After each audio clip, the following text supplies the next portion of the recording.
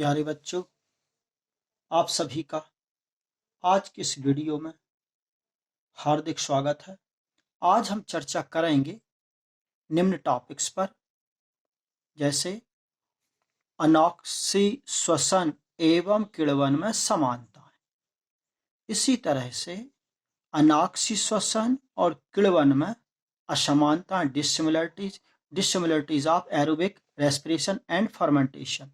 इसी तरह से what is the difference between respiration and combustions, यानी श्वसन एवं दहन में अंतर।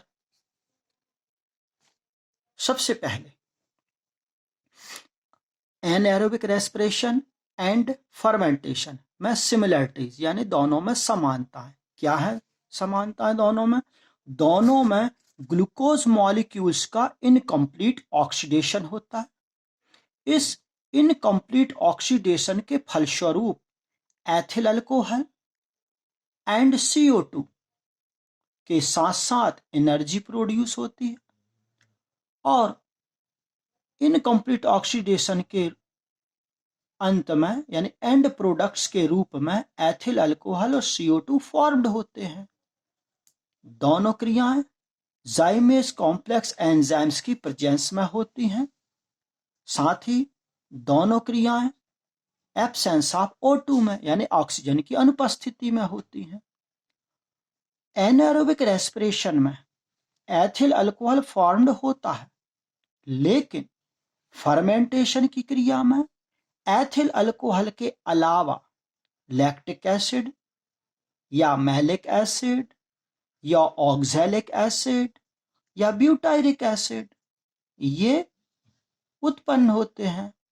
इन सभी कंपाउंड्स का उत्पन्न होना बेस्ड ऑन रेस्पिरेटरी सब्सटेंस यानी श्वसनी क्रियाधारों पर निर्भर करता है। यानी श्वसन क्रिया में जो सब्सटेंस पार्टिसिपेट कर रहे हैं उनके आधार पर इन यौगिकों का बनना निर्भर करता है।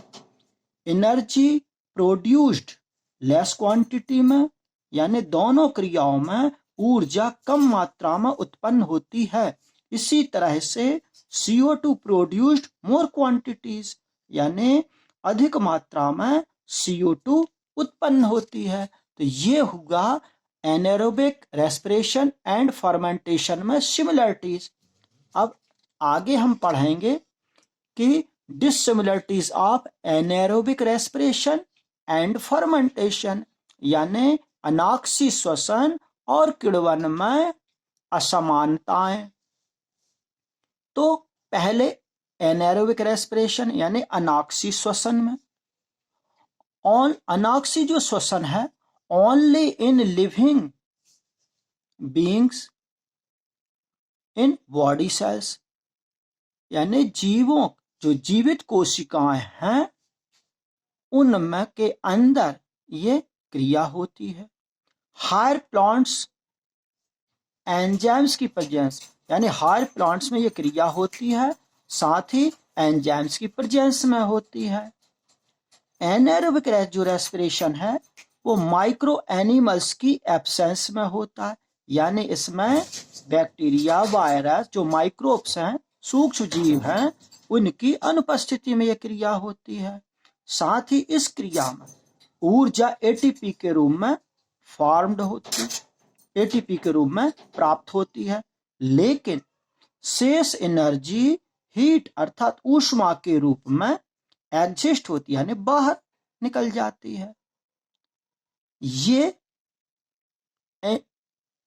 एनारोबिक रेस्पिरेशन का इक्वेशन देखिए ध्यान से, C6H12O6 अर्थात ये काय का है, इससे कार्बोहाइड्रेट यानी सिंपल ग्लूकोज, इसका एब्सेंस ऑफ O2 यानी ऑक्सीजन की अनुपस्थिति में इनकम्प्लीट ऑक्सीडेशन होता है, जिसके फलस्वरूप एथिल अल्कोहल CO2 के साथ साथ ऊर्जा उत्पन्न होती है। इसके बाद जो फर्मेंटेशन है लिविंग सेल्स के आउटसाइड द्रव्य माध्यम में होती, यानी जो जीवित कोशिकाओं के बाहर द्रव्य माध्यम में ये फर्मेंटेशन यानी किण्वन की क्रिया होती है। यह फर्मेंटेशन जाइमेस कॉम्प्लेक्स एंजाइम्स की प्रेजेंस में होता है। नेक्स्ट, प्रेजेंस ऑफ माइक्रोब्स यानी सूक्ष्म जीव जैसे ईस्ट है, बैक्टीरिया है, यानी जीवाणु है, उनकी प्रेजेंस में, उनकी उपस्थिति में ये फर्मेंटेशन क्रिया होती है। साथ ही नो फॉर्म्ड एटीपी, यानी इसमें एटीपी यानी एडिनोसिन ट्राइफॉस्फेट, जिसे करेंसी ऑफ एनर्जी भी कहा जाता है, वो उत्पन्न नहीं होती। ऑल एनर्जी यानी समस्त ऊर्जा हीट के रूप में अर्थात ऊष्मा के रूप में बाहर निकलती है। इस फर्मेंटेशन का इक्वेशन यानी समीकरण, इसमें जो ग्लूकोज है जो कि 6C कार्बन कंपाउंड्स है, उसका इन ईस्ट सेल्स में जाइमेस कॉम्प्लेक्स एंजाइम की उपस्थिति में इस ग्लूकोज का विघटन होता है, जिसके फलस्वरूप एथिल अल्कोहल, CO2 और एनर्जी प्रोड्यूस्ड होती है। इस तरह से एनारोबिक रेस्पिरेशन और फर्मेंटेशन के बीच ये डिसिमिलरिटीज यानी असमानताएं थी। नेक्स्ट क्वेश्चन हम पढ़ेंगे, what is the difference between respiration and combustion, यानी श्वसन और दहन में अंतर। तो सबसे पहले हम ये देखें कि जो श्वसन क्रिया है यानी रेस्पिरेशन, ये एक बायोकेमिकल रिएक्शन है यानी जैव रासायनिक अभिक्रिया है। नॉर्मली यह बॉडी टेम्परेचर पर होती है, यानी शरीर के सामान्य ताप पर होने वाली ये क्रिया है। इन लिविंग सेल्स यह रेस्पिरेशन जीवित कोशिकाओं के अंदर होती है। Next, this reaction helps in many enzymes, यानी इस अभिक्रिया में विभिन्न एंजाइम्स सहायता करते हैं। एनर्जी स्टोर्ड इन एटीपी, यानी जो उत्पन्न ऊर्जा रहती है वह एटीपी के रूप में संचित रहती है। कंट्रोल्ड रिएक्शंस, यानी यह क्रिया यानी जो रेस्पिरेशन क्रिया है वह नियंत्रित गति से होती, यानी इसका नियंत्रण होता है। मैनी इंटरमीडिएट कंपाउंड्स फॉर्म, इस क्रिया में विभिन्न मध्यस्थ यौगिक उत्पन्न होते हैं।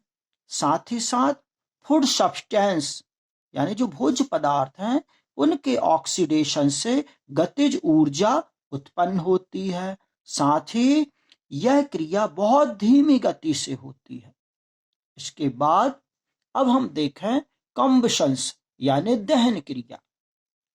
तो जो दहन क्रिया है वो फिजियोकेमिकल रिएक्शंस है, यानी भौतिक रासायनिक अभिक्रिया है जो हाई टेम्परेचर पर होती है। यानी किसी वस्तु का यदि दहन होता है तो उसके लिए बहुत ही उच्च ताप की आवश्यकता होती है। इन नॉन लिविंग सब्सटेंस यानी अजीवित पदार्थों में यह क्रिया होती है। नो हेल्प्स एंजाइम इन रिएक्शन, यानी इस क्रिया में एंजाइम्स पार्टिसिपेट नहीं करते, यानी एंजाइमों की आवश्यकता नहीं होती। नो रोल ऑफ एटीपी, यानी इस दहन अभिक्रिया में एटीपी का कोई महत्व नहीं होता, कोई भूमिका नहीं होती। कंबशन इज अनकंट्रोल्ड रिएक्शन, यानी यह अनियंत्रित अभिक्रिया है। Combustion is no formed intermediate compounds, यानी दहन क्रिया में कोई भी मध्यस्थ यौगिक नहीं बनते। दहन में फूड सब्सटेंस के ऑक्सीडेशन से टेम्परेचर एंड लाइट यानी प्रकाश उत्पन्न होता है और दहन क्रिया की जो दर रहती, गति रहती, बहुत तीव्र होती है। आज के इस वीडियो में इतना ही। मैं राकेश कोष्टी बायोलॉजी बिंग्स चैनल में आपका स्वागत करता हूं। साथ ही साथ ये कहना चाहूंगा कि आप वीडियो को लाइक और शेयर करें और इस चैनल को सब्सक्राइब अवश्य करें। Thank you.